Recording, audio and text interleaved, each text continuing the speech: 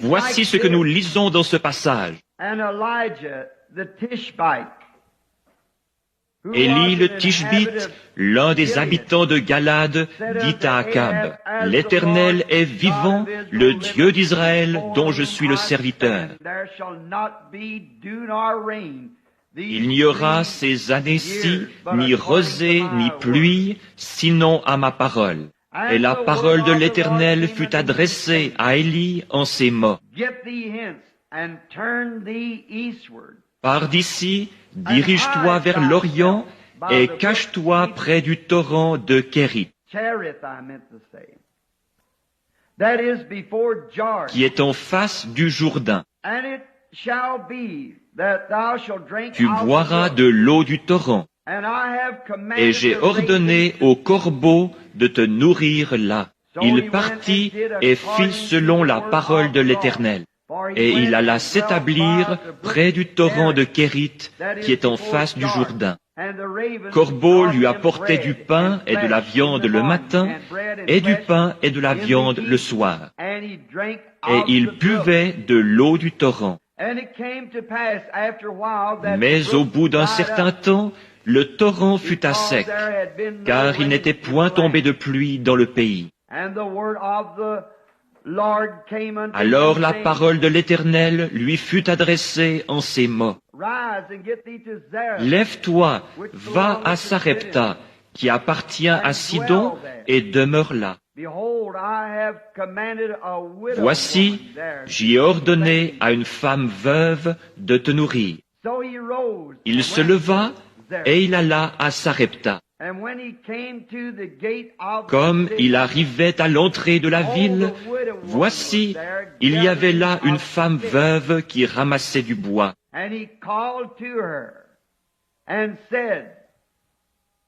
Il l'appela et dit, « Va me chercher, je te prie, un peu d'eau dans un vase, afin que je boive. » Et elle alla en chercher. Il l'appela de nouveau et dit, « Apporte-moi, je te prie, un morceau de pain dans ta main. » Et elle répondit, « L'Éternel, ton Dieu, est vivant. Je n'ai rien de cuit. Je n'ai qu'une poignée de farine dans un pot et un peu d'huile dans une cruche.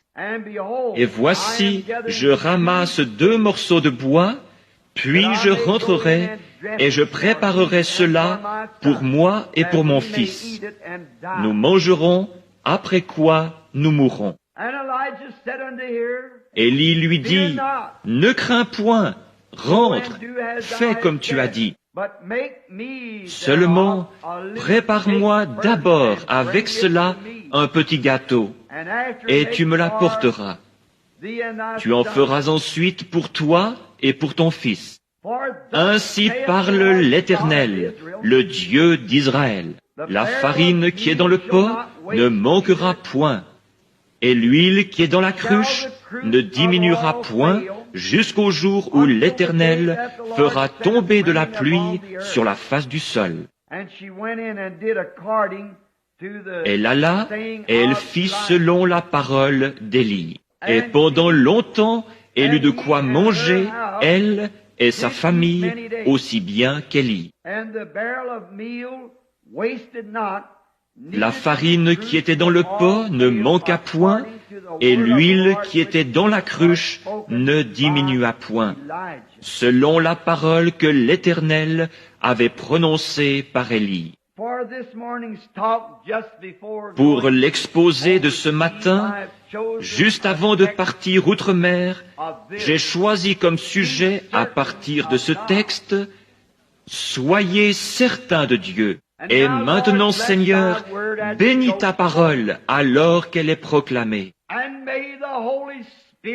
Et puisse le Saint-Esprit prendre possession de nos esprits et de nos pensées,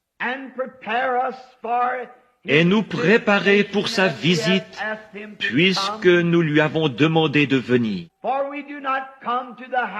Car nous ne venons pas à la maison du Seigneur pour être vus, ou pour voir, mais pour apprendre de toi, et pour connaître ta nature, et tes voies et tes raisons, afin d'être capable d'affronter les problèmes de la vie avec une réelle assurance, étant certain de Dieu. Accorde-le, Seigneur.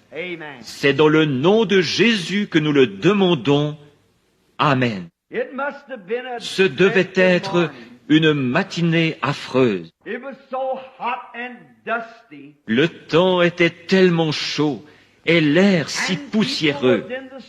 Les gens mouraient de faim dans la rue et le sol était tellement chaud qu'il semblait prêt à s'embraser.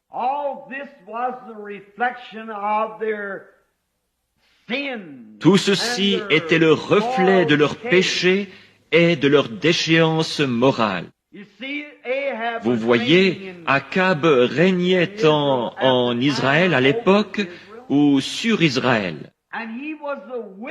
Et il fut le plus méchant de tous les rois d'Israël. Aucun roi n'avait été aussi méchant qu'Akab. Il avait pourtant été enseigné et il savait ce qu'il devait faire. Mais il continua néanmoins de déplaire à Dieu dans toutes ses actions. Bien qu'il eût une grande armée et que le peuple fût devenu très prospère sous son règne. Mais sachez qu'on ne peut déplaire à Dieu et s'attendre à s'en tirer ainsi bien longtemps. Et puis, lors de son mariage, au lieu d'épouser quelqu'un parmi son peuple, il alla épouser une pécheresse, une idolâtre qui adorait les idoles. Il épousa Jézabel. Et elle n'était pas une croyante. Et jamais un croyant ne devrait épouser un incroyant. En aucun cas. On devrait toujours se marier entre croyants. Mais Akab avait fait cette chose mauvaise. Et Jézabel était sans doute une belle femme. Et lui s'était laissé séduire par son apparence plutôt que par ce qu'elle était vraiment. Tant de gens commettent cette même erreur encore aujourd'hui. Et elle avait introduit l'idolâtrie dans la nation, parmi le peuple. Et le peuple, les prêtres, leurs ministres avaient succombé à cette grande revendication populaire. Voilà bien le tableau de notre pays aujourd'hui. Nous avons cédé à la demande populaire. Sans doute, les prêtres pensaient-ils que tout irait bien tant que leur gouvernement l'approuvait.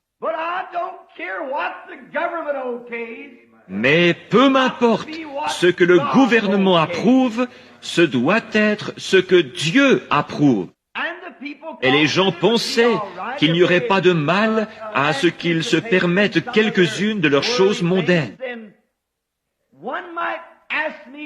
On pourrait me demander d'expliquer ce que je viens de déclarer, disant qu'il s'agit là d'un tableau tout à fait comparable à aujourd'hui. Peut-être ne nous considérons-nous pas comme des adorateurs d'idoles, mais nous le sommes.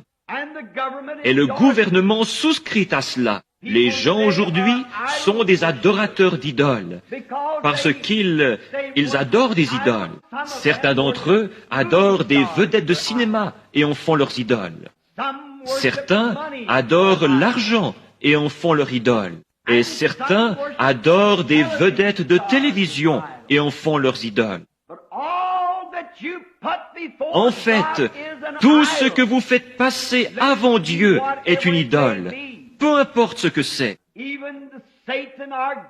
Même Satan, notre grand adversaire, est tellement astucieux qu'il place parfois même l'Église avant Dieu. Vous pouvez avoir une grande Église, peut-être est-ce un grand édifice, ou peut-être une grande dénomination, et peut-être même est-ce une grande congrégation. Mais ne laissez rien passer avant Dieu dans votre cœur. Tout ce qui passe avant Dieu est une idole.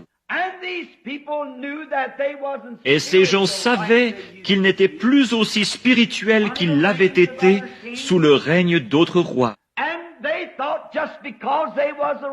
Et ils croyaient que, simplement parce qu'ils étaient une nation religieuse, tout irait bien. Et c'est là où nous en sommes arrivés également. Je parlais il y a quelques mois à un de mes très chers amis. Et il dit, Frère Branham, je trouve que vous êtes trop impitoyable pour les États-Unis. Il dit, vous vociférez constamment contre le péché et vous répétez que Dieu va punir cette nation. Je dis, il doit le faire afin d'être juste. Il dit, mais frère Branham, vous oubliez que cette nation fut fondée sur les Écritures,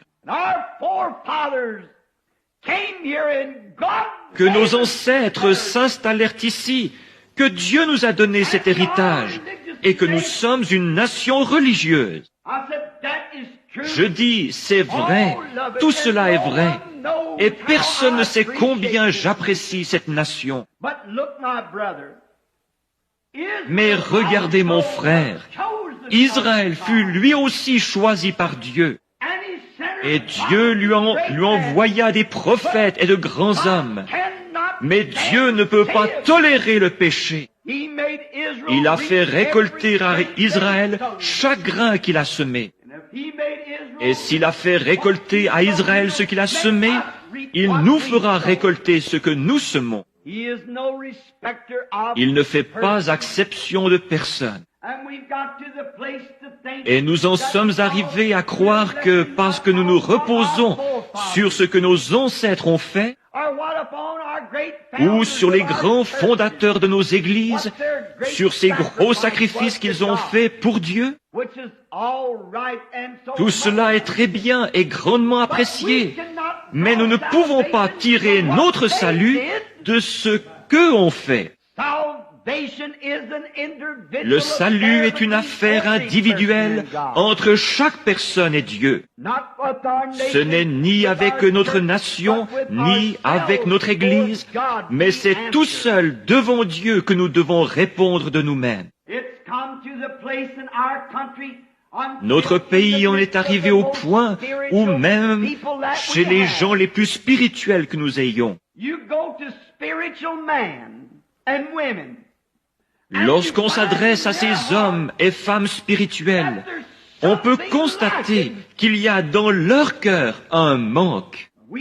Nous avons, ces dernières semaines, j'ai vérifié certaines de ces choses.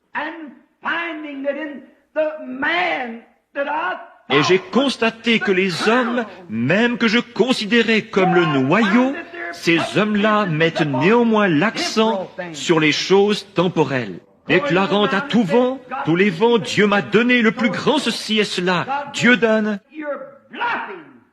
Vous êtes en train de bluffer. La présence de grands biens matériels ne reflète pas toujours la volonté de Dieu. Dieu fait pleuvoir sur les justes et sur les injustes. Mais ce dont le monde a besoin aujourd'hui, ce n'est pas d'une foi illusoire, d'un bluff de spiritualité. La foi accomplira parfois de grands miracles, sans toutefois provenir d'un cœur spirituel. Notre Seigneur n'a-t-il pas déclaré, « Plusieurs viendront à moi en ce jour-là, disant, « N'ai-je pas fait ceci et cela par ton nom ?» Et je leur dirai ouvertement, « Retirez-vous de moi, vous qui commettez l'iniquité. » Qu'est-ce que l'iniquité? C'est quand vous savez faire ce qui est bien et que vous refusez de le faire. Je ne vous ai jamais connu, dira-t-il, et nous vivons en ce jour-là. Ce dont nous avons besoin aujourd'hui, ce n'est pas d'une foule de choses matérielles. Nous possédons cela. Nous n'avons pas besoin de plus grandes églises. Nous n'avons pas besoin de plus grosses congrégations. Nous n'avons pas besoin de plus d'émissions à la radio et à la télévision. Nous n'avons pas vraiment besoin de plus de ces choses. Mais ce qu'il nous faut aujourd'hui pour être spirituels, ce sont des gens qui s'humilieront devant Dieu, peu importe qu'ils soient sans le sou, et qui prieront jusqu'à ce que cet esprit en eux ait été satisfait par la bonté de Dieu, et que dans leur cœur se produise un réveil qui changera leurs attitudes et l'atmosphère dans laquelle ils vivent. Peut-être n'aurez-vous pas même une paire de chaussures aux pieds. Peut-être serez-vous vêtus de haillons, mais là dans votre cœur, quelque chose chantera les mélodies de Dieu. Je préférerais avoir cela que tout l'or du monde. On ne peut donc pas affirmer que les choses naturelles soient toujours le signe de la bénédiction de Dieu. David en parla au Seigneur, lui disant avoir vu le méchant s'étendre comme un gros arbre verdoyant. Mais Dieu lui demanda, « As-tu déjà considéré sa fin? Peu importe que nous portions de bons vêtements et que nous ayons beaucoup à manger, ce ne sont pas ces choses qui vont dans la présence de Dieu. Ce corps qui nous abrite se détériore, peu importe comment il est traité. Mais cette âme à l'intérieur de l'homme, cet état d'esprit, voilà ce qui s'introduit dans la présence du Dieu vivant. Nous considérons les choses comme allant de soi. Nous pensons que simplement parce que nous sommes une nation, c'est ce qu'Akab et tout Israël avaient fait ce jour-là. Ils avaient présumé que tout allait bien. Leurs prêtres et leurs prédicateurs leur répétaient constamment, « Tout va bien, tout va très bien. » Mais il y en avait un qui, lui, criait contre ce qui était mal. Parce qu'il savait qu'un Dieu saint ne peut se satisfaire d'une religion moderniste dépourvue de sainteté. Et le Dieu du ciel est encore le même aujourd'hui. Tous nos efforts et ces grandes choses que nous essayons de faire, Dieu ne sera jamais satisfait par autre chose qu'une vie entièrement sanctifiée devant lui. Nous aurons beau construire des écoles, des lieux de pèlerinage et des tabernacles, nous aurons beau avoir des organisations, nous aurons beau faire de grandes choses, mais néanmoins Dieu ne sera pas satisfait tant que l'âme humaine ne deviendra pas sanctifiée sur l'autel de Dieu et consacrée aux œuvres de Dieu. Et on ne trouve plus cela. Nos réunions de prière sont si faibles. À peu près une minute de prière et hop, au lit. Nous constatons que c'est ainsi et ça peut être une fois ou deux par jour. Nous sommes tous coupables. Notre nation se dégrade moralement. Nous avons des Billy Graham et des Oral Roberts partout. Mais tant qu'une soif ne s'installera pas dans le cœur de l'Amérique pour la ramener à nouveau à un Dieu vivant, à une expérience vivante, à une foi immortelle dans le Dieu vivant, nous ne faisons pour ainsi dire que nous démener en vain. Nous avons beau marcher le torse bombé, le faux col tourné vers l'arrière et descendre la rue, cherchant à être appelé docteur ou révérend. Nous avons beau être les pasteurs des plus grandes églises du pays, et être pieux au possible, si bien que nul ne puisse nous accuser de quoi que ce soit. Mais tant que cette âme qui se trouve à l'intérieur de nous ne brûlera pas pour Dieu, tant qu'il n'y aura pas à l'intérieur quelque chose qui soupire après lui, comme une biche soupire après des courants d'eau, ainsi mon âme soupire après toi, ô Dieu. Tant que nous n'en viendrons pas à une expérience de cet ordre-là. Par conséquent, le communisme et tout ce qui s'ensuit continuera à gagner du terrain. Et toutes nos alliances ne pourront jamais l'arrêter. Il a été prédit que cela arriverait. Mais Dieu est en train d'appeler son Église. Combien cette petite femme devait être du calibre d'Élie, parce qu'habituellement vos actions témoignent de ce que vous êtes. Et d'ailleurs, Elle avait été choisie pour loger le prophète de Dieu. Souvenez-vous, elle était une femme des nations et non une juive. Et tout était en train de griller dans le pays. Et sans doute cette petite femme était-elle de ce calibre, une croyante. Car Dieu n'aurait pas fait appel à elle s'il n'avait pas été digne de loger le prophète de Dieu. Il n'aurait jamais envoyé son prophète vers une maison indigne. Ce n'était pas son choix à lui, mais le choix de Dieu. Ce n'était pas elle qui l'avait invité, mais Dieu. Il avait été placé près d'un torrent. Les corbeaux le nourrissaient. Mais d'après le commandement de Dieu, quelque chose devait se produire. Et Dieu est sûrement allé vers une croyante de la même nature qu'Élie. Elle était veuve. Et nous ne sommes pas sans savoir ce qu'une veuve peut traverser, avec son mari mort et un jeune garçon à élever. Et dans ces contrées-là, ils étaient dépendants de leur récolte. Ils n'avaient pas de programme comme nous en avons aujourd'hui et d'installation de défense. Leur survie dépendait de leur récolte. L'iniquité des gens et leur déchéance morale ayant entraîné une sécheresse sur le pays, ils étaient tous là affamés et mourants. Il est probable qu'il avait dû prier des nuits durant, à plusieurs reprises, voyant la farine dans le pot qui descendait, descendait, descendait. Et fatalement vint le moment où il ne restait même plus une tasse de farine dans le pot. Elle n'en avait plus qu'une petite poignée. La mort approchait et allait bientôt frapper à sa porte. Car il n'y avait plus moyen d'en obtenir. La nation entière mourait de faim. Et de l'huile, il n'en restait plus qu'une bonne cuillerée dans le petit récipient. Cette quantité d'huile et de farine était tout ce qui la séparait de la mort. Ses prières ont dû devenir vraiment sincères. Si pareille chose s'abattait sur votre foyer, il y aurait un peu plus de sincérité qu'il n'y en a parmi nous ce matin, quand on sait que la mort se couche à la porte. Et je pense qu'on pourrait se l'imaginer comme ceci. Elle avait dû prier toute la nuit, car un jour de plus, et son compte était réglé. Elle pouvait regarder les lèvres pâles de son petit garçon de 3 ou 4 ans.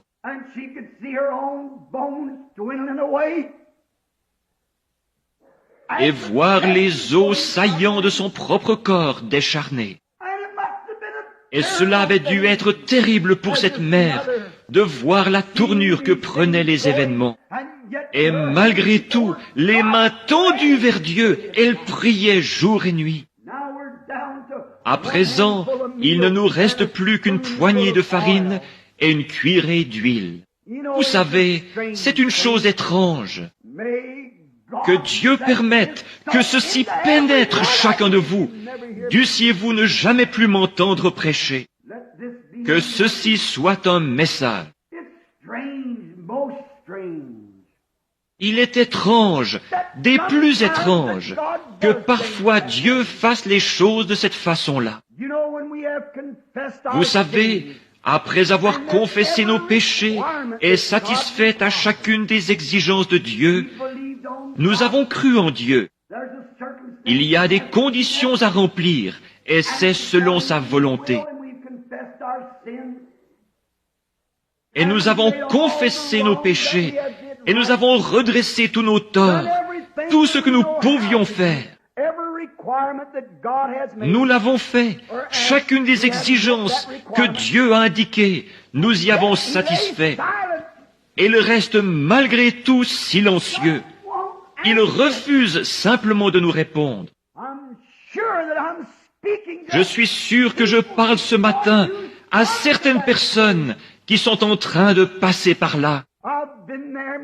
J'y suis passé moi-même bien des fois. J'examinais alors ma vie passée, retournant chaque pierre. Et quand je découvrais que j'avais fait quelque chose de mal, je le confessais, disant, « Seigneur Dieu, je me mettrai en règle. » Et je le faisais.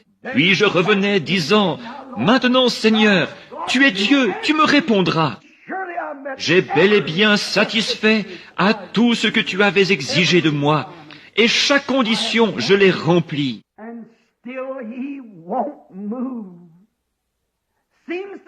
Et il refuse toujours de bouger. Il semble rester silencieux. C'est là où vous devez être sûr qu'il est Dieu. Ne soyez pas découragés. Tout ce qu'il faut, c'est que dans votre cœur, vous soyez certain de Dieu. Mon sujet, c'est « Soyez certain, avant de faire quoi que ce soit, soyez certain dans votre cœur qu'il s'agit de Dieu. Et quand vous avez satisfait à tout ce qu'il a dit, et que de plus vous êtes certain qu'il est Dieu, c'est là que la foi entre en action, précisément là. La foi tient ferme, car elle sait que Dieu existe.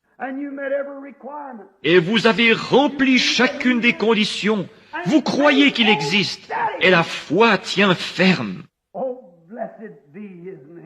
Oh, béni soit son nom. La foi ne bougera pas, car elle est sûre que Dieu existe et qu'il est le rémunérateur de ceux qui le cherchent. Puisse ceci pénétrer profondément en vous, Branham Tabernacle, et y demeurer à jamais. Si vous avez rempli les conditions requises par Dieu, et que dans votre cœur, vous croyez qu'il existe, alors Dieu ne fait qu'éprouver votre foi, car il aime faire cela. Si vous avez confessé vos péchés et satisfait à chacune des exigences de Dieu, et qu'il reste malgré tout silencieux, souvenez-vous, la foi déclare qu'il existe. Alors la foi s'y cramponne. Elle ne sait pas de quoi il s'agit, mais elle sait qu'il existe. Elle est certaine qu'il existe. Et rappelez-vous que s'il existe, ses paroles doivent être vraies. Et s'il a exigé de vous que vous vous pliez à certaines conditions, et que vous l'avez fait, il est alors tenu de veiller sur sa parole. Ne faites pas marche arrière en disant, « Je n'ai pas été guéri, Oh, toi, médiocre, faible foi !» Ne croyez pas cela. Si vous avez tout confessé, si vous vous êtes déchargé de tout, et que vous avez satisfait aux exigences de Dieu, la foi tiendra bon. Rien ne l'ébranlera. Il existe, et vous en êtes sûrs. Ceux qui s'attendent à l'Éternel renouvelleront leur force. Ils s'élèveront avec des ailes, comme des aigles. Ils courront et ne se fatigueront pas. Ils marcheront et ne se lasseront pas. Attendez, lorsque vous avez satisfait à ces exigences, votre foi est alors amenée à une confrontation. Si vous avez rempli, si les conditions requises par Dieu ont été remplies, que vous y avez accordé toute l'attention nécessaire, que vous avez fait tout ce que Dieu exigeait de vous, alors votre foi reposera sur ceci, Dieu existe. Soyez certains de Dieu. Vous savez, il aime nous mettre à l'épreuve. Il aime voir la réaction de votre foi. Saviez-vous cela? Dieu aime voir comment vous allez réagir. Quand vous dites, « Oh Seigneur, je te crois, tu es mon sauveur. Je crois que tu es le guérisseur. Je crois que tu es celui qui donne le Saint-Esprit. Et ces choses dont j'ai besoin, tu es le Dieu qui les donne. » Alors vous confessez tous vos péchés et faites une promesse à Dieu concernant ce que vous allez faire s'il vous permet de vous rétablir. Et ensuite, parce que ça n'arrive pas, vous déguerpissez comme un lâche. Dieu ne peut pas utiliser cela. Il ne peut aucunement vous utiliser. Il ne peut absolument pas vous répondre, puisqu'il ne répond que par la foi. Tout à coup, vous vous en allez, et alors il ne peut pas répondre. Mais une foi réelle et véritable restera là, sûre que Dieu existe. Elle est certaine qu'il existe. Et si Dieu vous demande de faire ceci, de confesser vos péchés et ainsi de suite, et que vous l'avez fait, la foi déclare qu'il existe. Elle est certaine que cela arrivera. Votre demande doit être exaucée. Oh, j'espère que cela ne vous échappera pas. Si vous êtes sûr de Dieu, Dieu est sûr de sa parole. Il attend simplement pour vous mettre à l'épreuve. Il l'a fait bien des fois. Revoyons une ou deux de ces occasions. Pensons aux enfants hébreux. Ils ne devaient pas se prosterner devant une idole. Dieu avait confiance en eux. Et lorsqu'ils apprirent qu'ils iraient à la fournaise ardente, ils dirent, « Notre Dieu peut nous délivrer de cette fournaise. Et même s'il ne le fait pas, nous ne nous prosternerons devant aucune de vos idoles. » Voyez-vous, ils étaient sûrs et certains de Dieu. Ils savaient qu'il est Jéhovah. Ils savaient qu'il exauce les prières. Mais qu'ils le fassent ou non dans leur cas, de toute manière, ça serait pour leur bien. Ils ont donc simplement fait leur déclaration, confessé leurs péchés et se sont avancés vers la mort. Lorsqu'ils se rendaient à la fournaise ardente, sachant que si Dieu les laissait brûler, ils étaient certains qu'il les ressusciterait à la résurrection. Ils étaient certains de Dieu, parce qu'ils savaient que Dieu ferait concourir toutes choses à leur bien. Et lorsque nous sommes certains de Dieu, nous savons que Dieu fait concourir toutes choses à notre bien. Ils firent donc une seule déclaration. Ils étaient certains. Et ils s'avancèrent tout droit vers la fournaise ardente. Et Dieu les laissa y entrer, se tenant là à les observer. Ils voulaient voir leur réaction. Lorsque le roi dit, « Vous êtes-vous prosternés au son de la trompette ?» Ils dirent, « Non, nous ne nous sommes pas prosternés. » Voilà votre foi, tenons ferme. Mais si vous ne vous êtes pas prosternés, savez-vous ce que j'ai décrété? Oui, nous savons ce que tu as décrété. Je décrète que la fournaise soit chauffée 7 fois plus qu'elle ne l'a jamais été, et je vous y jetterai. Acceptez-vous de vous prosterner à présent? Non, nous ne nous prosternerons pas. Regardez cette foi. Dieu dit, eh bien, je vais voir ce qu'ils vont faire. Je vais voir comment réagira leur foi. Alors le roi dit, liez-leur les mains et les pieds et conduisez-les à la fournaise. Ils approchèrent donc de la fournaise, le feu éclairant leur visage, et Dieu se tenait toujours là à regarder. Mais ils étaient certains qu'il était Dieu.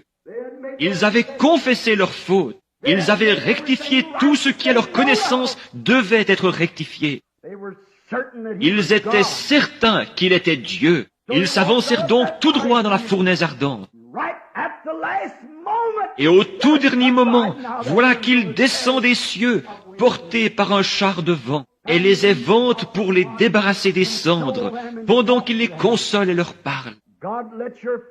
Dieu laisse votre foi parvenir au point où elle devra réagir. Il y a eu Job de l'Ancien Testament, que Satan, notre accusateur, a accusé d'être un pécheur secret. Mais Job savait qu'il n'avait pas péché. Il savait qu'il avait confessé tout ce qu'il avait fait et qu'il avait offert son holocauste. C'était là l'exigence de Dieu. C'était tout ce que Dieu exigeait, un holocauste et une confession. Et cela, Job l'avait fait. Et Satan dit, je prendrai ses chameaux, car il est riche. Je prendrai ses brebis. Et en dernier lieu, il prit ce qui était le plus près de son cœur, du cœur de Job, ses enfants.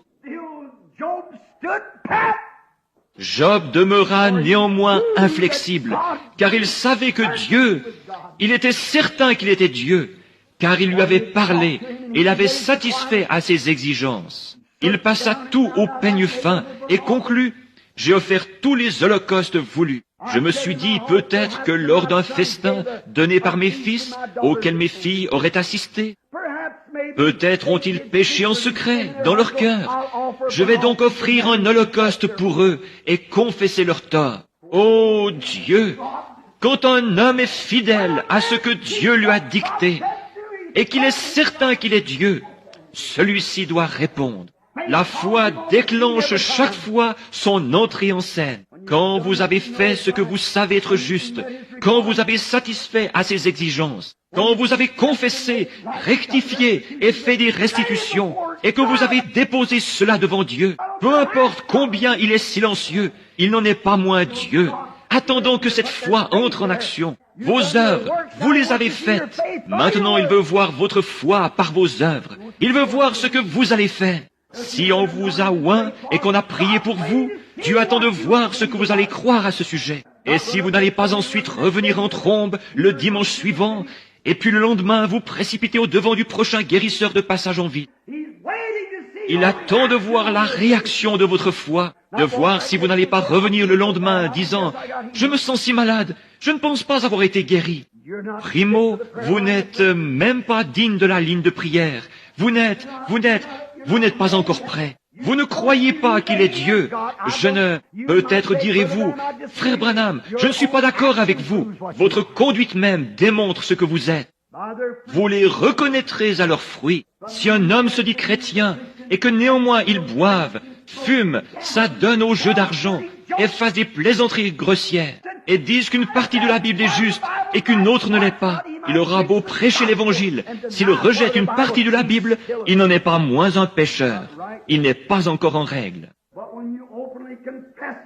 Mais quand vous confessez ouvertement que Dieu est le même Dieu et que vous remettez votre vie entre ses mains, disant « Seigneur, je suis l'argile, tu es le potier », alors demandez ce que vous voulez. La foi ne bougera jamais, elle ne quittera pas sa place. Même si la situation semble se désagréger de tous côtés, néanmoins cette foi ne bouge jamais, parce que vous êtes certain qu'il est Dieu.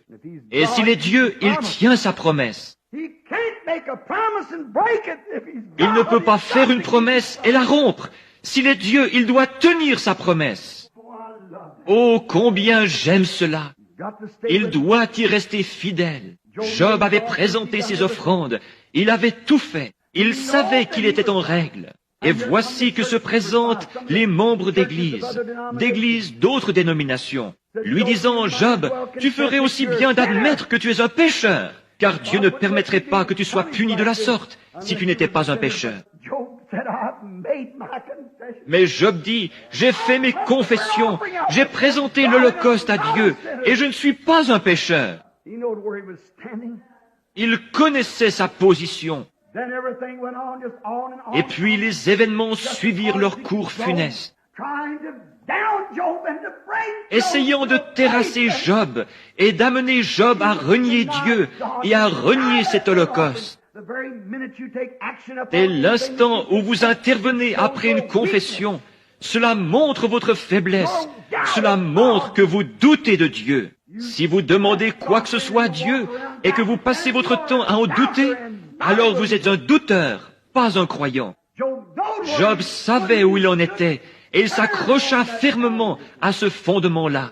Pas étonnant que Pruitt, à l'heure de sa mort, ait dit « Sur Christ, le roc solide, je me tiens. Tout autre terrain n'est que sable mouvant. » Sur ce roc solide de la confession de Job, même son épouse bien-aimée l'abandonna. Lorsqu'il avait perdu la santé, qu'il était couvert d'ulcères, et qu'il se grattait avec un tesson, maudissant le jour de sa naissance, et disant, puisse même le soleil ne pas briller, et la lune ne pas paraître la nuit. Sa femme dit, Job, tu es tellement misérable, tu ferais aussi bien de maudire Dieu et mourir. Il dit, tu parles comme les femmes insensées. Il était certain qu'il y avait un Dieu et qu'il avait satisfait aux exigences. Oh, je me sens religieux. Il savait qu'il avait satisfait aux exigences de Dieu et cela tranchait la question. Dieu éprouvait sa foi. Il éprouvera la vôtre. Il éprouvera la mienne. Mais lorsque nous avons satisfait à ses exigences, repentez-vous et que chacun de vous soit baptisé au nom de Jésus-Christ pour le pardon de vos péchés et vous recevrez le don du Saint-Esprit. C'est sa promesse. Quelqu'un parmi vous est-il malade? Qu'il appelle les anciens de l'Église, qu'il loigne d'huile et prie. La prière de la foi sauvera le malade, et Dieu le relèvera. Voilà qui règle la question. Confessez donc vos fautes les uns aux autres, et priez les uns pour les autres. Vous avez satisfait aux exigences de Dieu. Voici les signes qui accompagneront ceux qui auront cru. En mon nom, ils chasseront les démons. Ils parleront de nouvelles langues. Ils saisiront des serpents. S'ils boivent quelques breuvages mortels, il ne leur fera point de mal. Ils imposeront les mains aux malades, et les malades seront guéris. Voilà qui règle la question. Soyez certains de Dieu. Soyez sûrs que dans votre cœur, vous croyez bien qu'il s'agit là de la parole de Dieu. Job l'était. Sa femme dit, « Pourquoi ne pas le maudire et mourir? Ton état empire continuellement. » Combien Satan aime vous lancer ces mots-là. Mais voyons, tu ne vas pas mieux depuis que tu as été oint d'huile. Tu ne vas pas mieux depuis que ces prédicateurs ont prié pour toi. Ces prédicateurs sont dans l'erreur pour commencer. Cela n'a rien à voir avec le prédicateur. C'est votre foi dans le Dieu vivant qui compte. Ce n'est pas ce que le prédicateur est, c'est ce que Dieu est. Ce n'est pas le prédicateur qui a fait la promesse, c'est Dieu qui a fait la promesse. Ce n'est pas l'affaire du prédicateur, c'est l'affaire de Dieu et de votre foi pour croire qu'il s'agit bien de Dieu. Donc, soyez certains de Dieu. Soyez certains qu'il s'agit de Dieu, que c'est la parole de Dieu et Dieu est dans sa parole. Et Job dit, tu parles comme une femme insensée. Il dit, l'Éternel a donné et l'Éternel a ôté, que le nom de l'Éternel soit béni. Il était certain que Dieu était là. Et lorsqu'il eut laissé échapper ses mots, le tonnerre se mit à gronder et les éclairs à briller. Dieu entra en scène. Cela déclenche toujours son entrée en scène. Il demeure longtemps silencieux. C'est ce qu'il fait, les yeux fixés sur cette bande d'Américains voués à l'enfer, ces hypocrites membres d'Église. Je ne suis pas en colère, mais le péché irrite quiconque est en règle avec Dieu. Je ne suis pas en colère contre la nation, ni contre les gens, mais je suis en colère contre le diable qui a suscité ces choses dans le but d'aveugler les gens. Ces pasteurs et prédicateurs aveugles les laissent en tirer avec une espèce de petite théologie faite de main d'homme. Vous devez naître de nouveau et Dieu garde sa parole. Voyez comme il est en train de les... Vous feriez mieux d'être sûr que Dieu s'y trouve, ayant l'apparence de la piété, mais reniant ceux qui ont fait la force. Cette pauvre petite femme, elle savait qu'il était Dieu, tandis que le contenu de ce pot continuait de descendre, descendre, descendre, descendre. La situation continuait d'empirer. Mais Dieu permettait qu'il en soit ainsi. Combien il aime faire cela. Il aime mettre votre foi à l'épreuve pour voir comment vous l'exploiterez. Il permettra qu'on vous oigne et qu'on prie pour vous et qu'ensuite votre état empire, disant, vas-y Satan, mets-le à l'épreuve, je sais qu'il me croit. Que Dieu soit béni à jamais. Oh là là! Mets-le à l'épreuve maintenant. Je sais qu'il m'a cru sur parole. Pourrait-il en dire autant de vous? Il l'a dit au sujet de Job. Fais-lui tout ce que tu veux, mais ne prends pas sa vie, car je sais qu'il m'aime. Il a présenté l'Holocauste, il a rempli les conditions exigées, il a fait ce que je lui ai dit, et il le croit. Maintenant, fais-lui en voir de toutes les couleurs si tu veux. Il lui a tout enlevé. Dieu, quand il le rétablit, lui donna le double de tout. Assurément qu'il le fera. Il met notre foi à l'épreuve pour voir si nous croyons vraiment qu'il est Dieu. Sans doute cette petite femme a-t-elle dit, j'ai prié, j'ai prié. Je sais que je suis une indigne femme des nations. Souvenez-vous, Jésus a parlé d'elle dans la Bible. Il a dit, n'y avait-il pas plusieurs veuves du temps d'Élie? Et cependant il fut envoyé vers une seule, et elle était une païenne. Oh, dit-il, j'ai prié. Et peut-être que lorsqu'elle a vu ce dernier petit gâteau, la mort avait déjà passé le portail et se présentait à la porte. Une dernière bouchée chacun, et puis elle et son fils mouraient. Je peux me l'imaginer priant toute la nuit, tandis que les vents brûlants soufflaient, desséchant la terre, et que les gens pleuraient et poussaient des cris dans les rues. Elle se promena dans la maison, elle regarda son petit garçon, elle regarda son petit pyjama tout troué et ses petits pieds qui en sortaient. Elle regarda ses propres mains toutes ridées. Elle faisait les 100 pas tout en se disant, « Je sais qu'il est Dieu. J'ai tout confessé. J'ai fait tout ce qu'il exigeait. Et je réclame nos vies pour sa gloire. » Dieu l'a vu. Pendant que les autres allaient au bal quelque part et se faisaient une beauté pour participer à ce qui correspondrait aujourd'hui à un spectacle de télévision ou quelque chose ainsi, s'adonnant au plaisir du monde. Cette femme-là, elle, était seule avec Dieu. Le jour se leva, elle dit, « Le pauvre petit a pleuré toute la nuit, réclamant quelque chose à manger. Qu'est-ce que je vais pouvoir faire d'une petite poignée de farine ?» Vous savez, cette farine, c'était Christ. Toute personne qui étudie la Bible sait que Christ était l'offrande de farine. Plus il fallait broyer cette offrande de farine avec une meule spéciale, jusqu'à ce que tous les petits morceaux de maïs soient pareils. Parce que Jésus-Christ est le même hier, aujourd'hui et pour toujours. Et chaque croyant croit cela et se repose là-dessus. Alléluia! Vous pouvez vous offrir toute la religion froide et formaliste qui vous plaira. Quant à moi, je crois que Christ est le même hier, aujourd'hui et pour toujours. Je prends position dans ce monde d'impies. Je crois toujours qu'il est le même hier, aujourd'hui et pour toujours. Ces meules coupaient chacun des grains de la même façon, parce qu'il est le même. Il est le même Dieu qu'il était alors. Il l'est ce matin même. Il sera toujours le même. C'est ce que représentait la farine. Et l'huile représente l'esprit, comme nous le savons, conformément à Ézéchiel 4 et ainsi de suite. C'est pourquoi nous oignons d'huile, c'est l'esprit. Qu'est-ce? Comme le déclare Jean 4, le Père cherche des adorateurs qui l'adorent en esprit et en vérité. Jésus était la vérité, il était l'offrande de farine, et l'huile était l'esprit. Et l'esprit joint à la vérité produira immanquablement quelque chose. Mettez-les ensemble et cela produit un gâteau. Oh, où est votre foi lorsque la parole de Dieu est prêchée dans sa simplicité et pourtant dans sa puissance? Jésus-Christ est le même hier, aujourd'hui et pour toujours. Lorsque la parole est proclamée, la farine, vous possédez l'huile pour l'y mélanger. Peut-être n'en avez-vous qu'une petite poignée ou une cuillerée, mais quoi qu'il en soit, c'est réel. Maintenant, à quoi va servir ce mélange?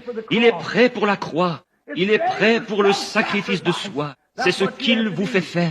Si la parole a été prêchée et que vous y avez mêlé l'esprit, le sacrifice de soi consiste à nier chaque douleur, à nier chaque maladie, à nier tout ce qui est contraire à la parole de Dieu, puis à rester sur vos positions. Que le médecin dise une chose ou une autre, cela ne fait pas la moindre différence. Vous tenez ferme parce que Dieu l'a dit. La farine est venue, vous avez pris l'huile et les avez mélangées. Maintenant, j'entends une voix. Le jour vient de se lever. Une voix se fait entendre disant, « Va au jardin chercher 2 morceaux de bois. » Avez-vous remarqué que l'Écriture a dit 2 morceaux de bois? La croix. Elle a la farine et l'huile, mais on va lui demander d'agir à présent. Agissez avec cela. Peu importe la quantité que vous en avez, que vous ayez toute la farine et l'huile qu'il vous faut, il vous faudra néanmoins agir.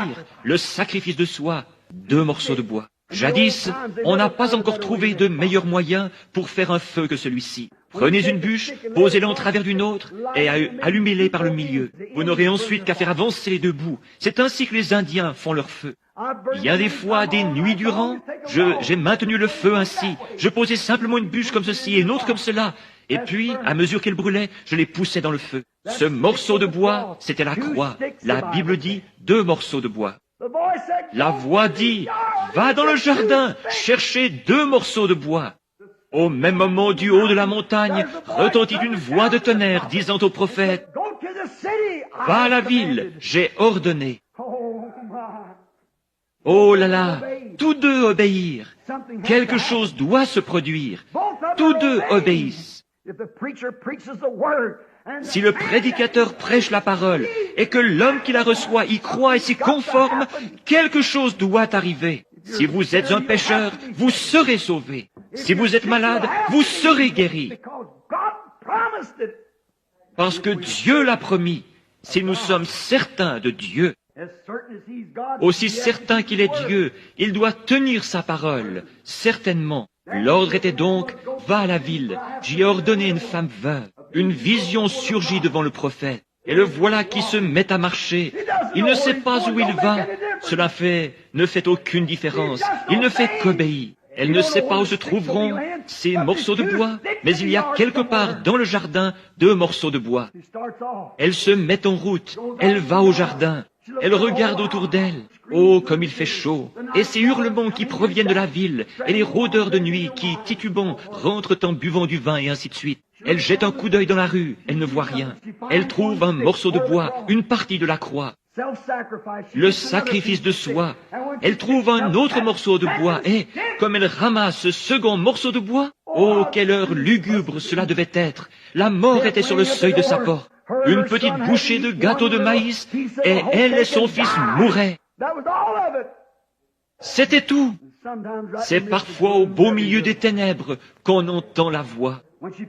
Repartant vers la porte, après avoir ramassé ce second morceau de bois, elle entendit une voix de l'autre côté du portail. « Va me chercher un peu d'eau dans un vase. » Elle se retourne pour voir les 2 morceaux de bois dans sa main. La farine et l'huile mélangées est prête. Elle dit les avoir préparées, mélangées. C'est cela, la parole et l'esprit doivent se mélanger, et être placés sur la croix du sacrifice de soi, afin de nier tout ce qui est contraire à ce que vous avez demandé. C'est exact. J'ai fait le mélange. Je vais maintenant aller chercher ces morceaux de bois.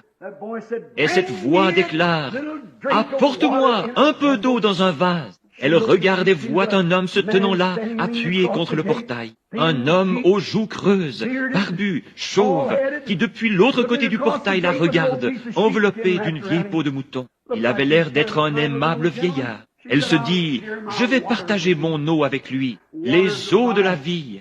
Vous êtes prête à en donner à tout le monde, à en parler à tout le monde, à aller n'importe où.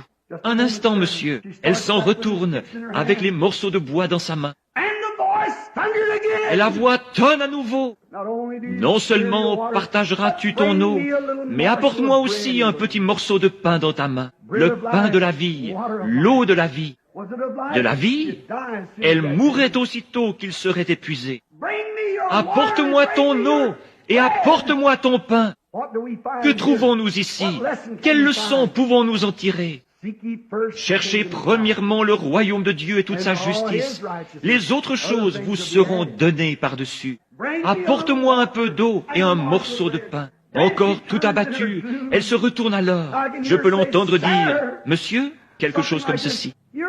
Vous êtes différent des hommes que j'ai vus, des hommes que j'ai entendus parler. Vous semblez si sûr de ce que vous avancez. Mais j'ai tout juste assez de farine, juste une poignée et juste une cuillerée d'huile. J'avais préparé cela et je vais le cuire avec ces 2 morceaux de bois. Et puis je le mangerai avec mon fils, après quoi nous mourrons. C'est tout ce que j'ai. Qu'entendons-nous ensuite? Mais apporte-moi d'abord le petit gâteau. Dieu d'abord. Peu importe ce qu'on peut dire, ou quoi que ce soit d'autre, une quelconque évidence. Et combien sombre cela peut paraître, quoi qu'il en soit. Prenez Dieu d'abord, sa parole d'abord. Le médecin dit que je ne peux me rétablir, mais sa parole passe d'abord. Je suis un trop grand pécheur, je suis une prostituée, je joue à l'argent, je suis un ivrogne. La parole de Dieu d'abord. Si vos péchés sont comme le cramoisi, ils deviendront blancs comme la neige. S'ils sont rouges comme la pourpre, ils deviendront blancs comme la laine. Dieu d'abord. Va me chercher un petit gâteau d'abord. Tout ce que tu as, apporte-le-moi. Êtes-vous prêts à remettre cela entre ses mains? Ma vie, tout ce que j'ai 50 ans. Es-tu prêt, William Branham, à me remettre cela? Êtes-vous prêts, vous les petits-enfants, à me remettre votre vie? Le voulez-vous? Le pouvez-vous? Vous qui êtes malade, pouvez-vous me faire confiance? Donnez-moi la première place. Apporte-moi un morceau de pain dans ta main et va me chercher un peu d'eau. Elle l'a regardé. Quelque chose lui disait que cet homme-là savait de quoi il parlait. Dieu connaît les siens. Les brebis, mes brebis connaissent ma voix. Elles savent si oui ou non c'est scripturaire, si c'est juste ou pas. Obéissante, elles s'en retournent. C'est ce que vous devez faire. Et lorsqu'elle fit demi-tour pour obéir au prophète, Alors ce tonnerre du ciel, que tout homme cherche à entendre, a retenti, car la voix du prophète résonna comme un tonnerre, et fit entendre ce qu'attend chaque pécheur, chaque personne malade. Ainsi dit le Seigneur. Oh, combien nous désirons entendre ça. Pensez à ces gens qui se tiennent dans l'allée de ma maison et disent, « Venez à cet endroit, ma fille est, mon bébé, mon tel et tel. » Vous n'avez qu'un mot à dire. Le prononcer avant que ça soit dans votre bouche. Ce serait le dire soi-même. Mais il brûle d'entendre ce « Ainsi dit le Seigneur ». Et voilà que depuis l'autre côté du portail, il s'est fait entendre, parce qu'elle obéissait, et le voile de tristesse s'est levé. Ainsi dit le Seigneur, le pot ne se videra pas complètement, et la cruche non plus, jusqu'au jour où l'Éternel fera tomber de la pluie sur la terre. Oh, quelle consolation! Elle a fait ce gâteau, elle l'a donné au prophète. Elle est retournée, en préparé pour elle et son fils. Elles ont mangé et bu à satiété. D'où cela est-il venu? Comment cela s'est-il trouvé là? Expliquez-moi scientifiquement la provenance de cette farine. D'où venait cette huile? Comment a-t-elle fait pour se retrouver dans cette cruche? Chaque matin, elle versait l'huile jusqu'à la dernière goutte. Chaque matin, elle vidait le pot de farine. Plus rien, mais quand elle retournait en chercher, il y en avait. D'où cela venait-il? Prenez Dieu au mot, soyez certains de Dieu, il est le Créateur. Il se peut que vous ayez perdu la santé, il se peut que vous ayez perdu votre communion. Prenez-le au mot, soyez certains qu'il est Dieu. Cette période sombre que vous traversez ne paraîtrait peut-être pas aussi sombre si vous acceptiez simplement sa parole et étiez certain qu'il est Dieu. J'ai vu une fois en Allemagne un tableau que je n'ai jamais oublié. Un peintre allemand a peint un tableau intitulé « Le pays des nuages ». De loin, cela vous apparaît comme une image horriblement triste et sombre. Représentant un amoncellement de nuages. C'est ce qu'on remarque de loin. Mais lorsqu'on s'en approche, cela se transforme. Ce sont des ailes d'anges qui battent ensemble, chantant des Alléluia au Seigneur. Et voilà ce qu'est l'obscurité parfois. Si vous regardez de loin, cela semble triste et noir. Mais prenez Dieu au mot et soyez certains qu'il est Dieu. Approchez-vous ensuite tout près.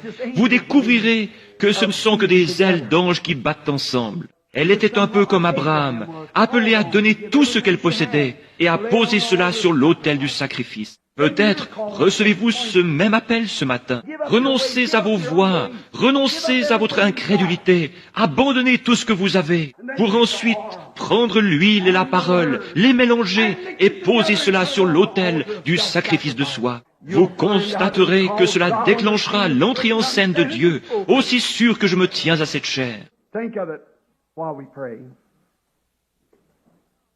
Pensez-y tandis que nous prions.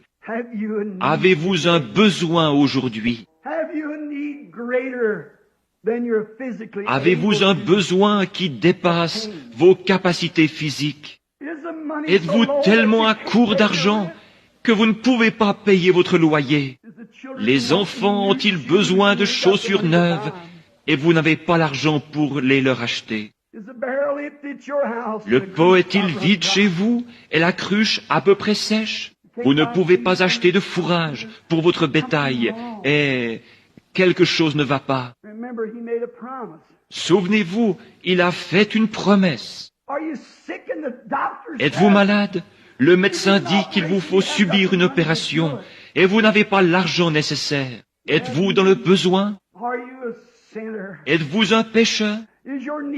Votre besoin est-il grand, sachant que si Dieu appelait aujourd'hui, vous seriez perdu? Êtes-vous un rétrograde fuyant Dieu?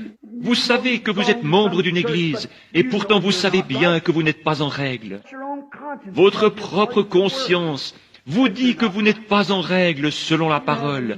Vous avez un besoin. Ne laissez pas ces paroles tomber parmi les épines ou sur des pierres, des cœurs de pierre. puisse-t-elle tomber dans une bonne terre fertile. Vous qui êtes malade et condamné par la médecine, si vous promettez à Dieu de le servir tous les jours de votre vie, et que vous êtes certain qu'il est Dieu, venez donc satisfaire à son exigence. Si vous avez un besoin, voulez-vous commencer par lever la main pour dire à Dieu que vous avez besoin de quelque chose? Que Dieu vous bénisse. Prions. Ô Seigneur, aussi sûr que je me tiens à cette chair ce matin, je sais que pas une seule de ces mains ne peut se lever sans que tu le saches, car tu es Dieu. Tu as dit, ne vend-on pas tant de passereaux pour 2 sous? Combien plus valez-vous qu'un passereau? À combien plus forte raison as-tu vu les mains de ces êtres mortels pour lesquels ton Fils Jésus est mort? Combien plus as-tu vu leurs mains que tu n'aurais vu tomber un passereau ce matin? Je pense qu'une douzaine de passereaux ne se vendraient pas pour 1 sou ce matin, parce que personne n'en veut. Il y aurait le problème de s'en occuper. Mais tu connais chacun d'eux. Tu connais chacune des plumes qui recouvrent leur corps. Tu connais chacun des cheveux de notre tête. Ô Seigneur, exauce notre prière. Fais en sorte qu'ils soient certains que tu es Dieu ce matin et que c'est ton esprit. Puisse l'engourdissement et le prestige caractérisant cette religion des temps modernes se détacher d'eux. Oh, je suis membre de telle église, disent-ils. Oh Dieu, puisse cela s'effacer de leurs pensées à l'instant même. Puisse-t-il maintenant entrevoir un bref instant la vie éternelle. Et alors, ils la rechercheront et auront soif d'elle, désirant savoir ce que Dieu est, puisqu'ils sont certains qu'il existe et qu'il tient sa parole. Quant aux pécheurs, puissent-ils rapidement se repentir et se préparer à être baptisés au nom de Jésus-Christ. Tu as alors promis de leur donner le Saint-Esprit. Tu l'as dit, Seigneur, tu tiens ta promesse. S'il y a ici un rétrograde qui est certain que tu es Dieu, mais qui se soit égaré, puisse-t-il venir aujourd'hui, parce que tu as dit, si vos péchés sont comme le cramoisi, ils deviendront blancs comme la neige. S'ils sont rouges comme la pourpre, ils deviendront blancs comme la laine. Et puis ceux qui sont malades, prendre conscience que tu es Dieu, que tu tiens ta parole, tu dois tenir ta parole. Et alors qu'ils viennent se placer là avec leur huile, l'Esprit est en eux, confessant qu'ils croient, et aussi avec la parole, le pain de vie qui a été distribué, Christ qui a été broyé pour eux au fil de l'Ancien et du Nouveau Testament, pour montrer qu'il est le même hier, aujourd'hui et pour toujours. Puisse-t-il donc mélanger cette parole et l'huile, l'Esprit qu'il possède, et se relever de l'autel en disant, c'est tout ce que je possède, Seigneur, je te l'apporte. Oh, combien tu le multiplieras, combien cela déclenchera l'entrée en scène du Dieu de l'histoire.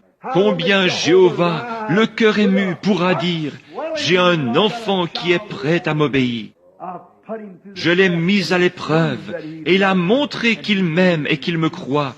Il est certain que j'existe. Car il est déclaré, celui qui s'approche de Dieu doit croire qu'il existe et qu'il est le rémunérateur de ceux qui le cherchent. Accorde-le en cette heure, tandis que nous nous en remettons à toi. Et maintenant, alors que nos têtes sont inclinées, vous qui avez un besoin, de quelque nature qu'il soit, voulez-vous vous lever si vous désirez le placer?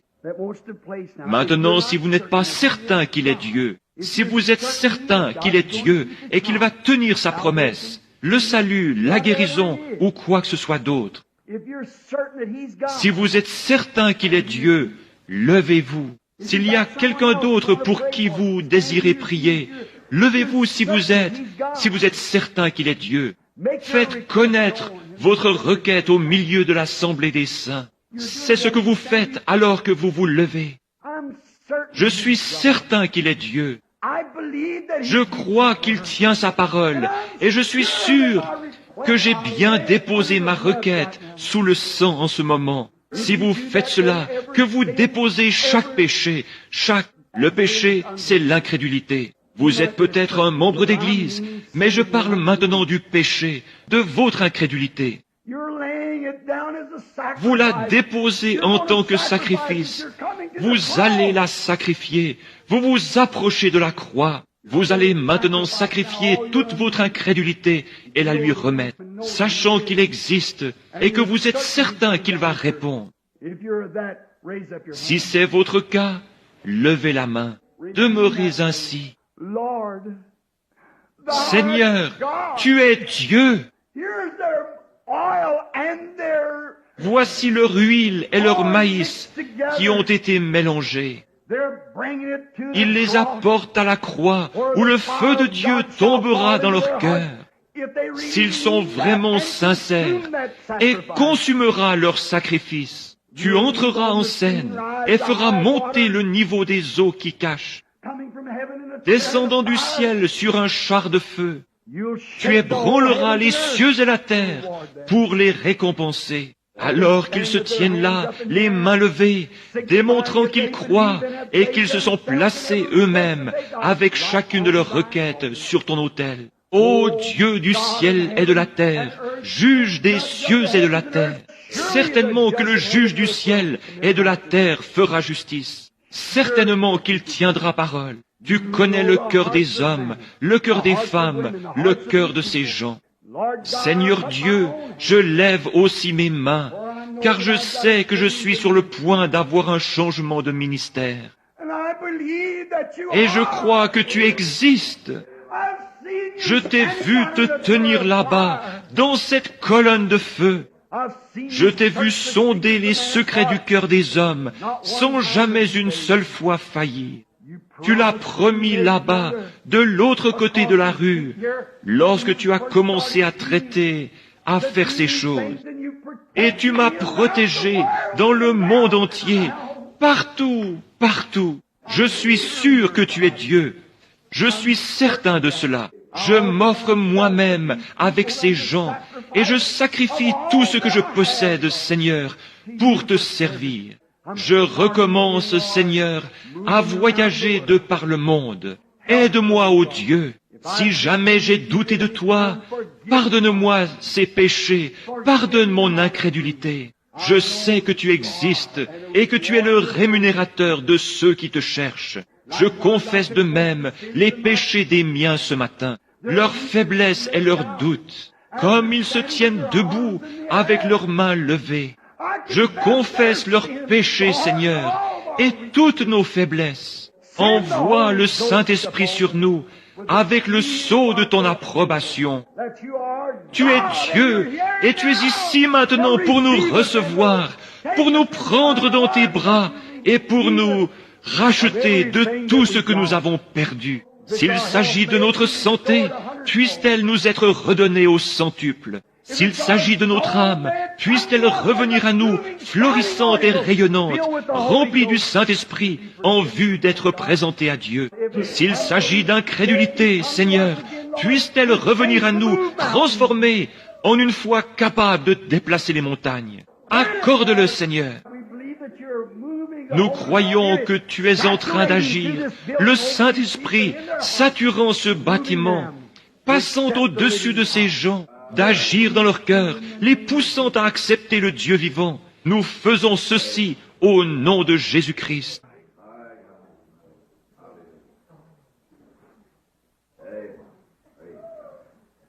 My faith looks up to thee, thou Lamb of Calvary, Savior divine. Now hear me while I pray. Take all my sins away, nor let me ever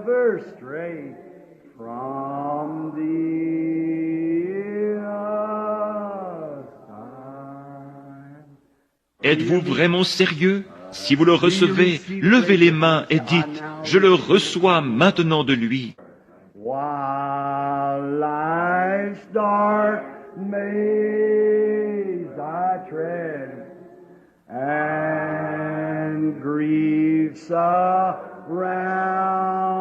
me spread, be thou my guide, bid darkness turn to day, white sorrow fears away, nor let me ever stray from thee.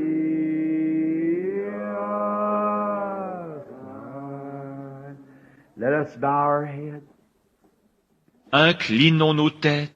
After this Après ce message sévère, dur, rude, qui a été apporté un peu brutalement, seulement c'est la vérité. Et si vous croyez humblement que vous recevez ce que vous avez demandé, ne laissez jamais rien vous écarter de ce droit chemin. Ne bougez pas de là. Peu importe tout ce que je pourrais prêcher, ce que je pourrais bien faire, ou n'importe quel autre homme. Cela ne produira jamais l'effet voulu tant que vous ne l'accepterez pas comme votre propriété. Si vous le croyez de tout votre cœur, tout ce que vous avez désiré, si vous avez confessé vos péchés, Dieu vous a pardonné. N'en doutez plus jamais. Si vous êtes rétrograde, vous avez été ramené ce matin. Si vous avez besoin du Saint-Esprit, soyez donc baptisés au nom de Jésus-Christ pour la rémission de vos péchés. C'est la parole de Dieu.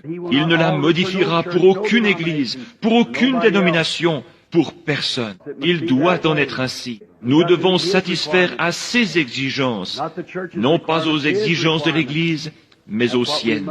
C'est ce que nous devons faire. S'il a déclaré que la prière de la foi sauverait le malade, si vous êtes malade, j'ai fait cette prière de la foi pour vous. Vous l'avez faite dans votre cœur et vous y croyez. Acceptez-la et ne bougez plus d'un pouce. Il devra en être ainsi. Rien ne peut vous l'enlever. Peu importe combien cela peut paraître sombre. Vous direz, eh bien on dirait que je suis encore malade. Ce ne sont que des ailes d'anges rassemblées, c'est tout. C'est Dieu sous une forme de bénédiction. Cela vous paraît sombre. Approchez-vous davantage et regardez-le à nouveau. Voyez s'il ne s'agit pas de Dieu qui est justement là en train de tenir sa parole.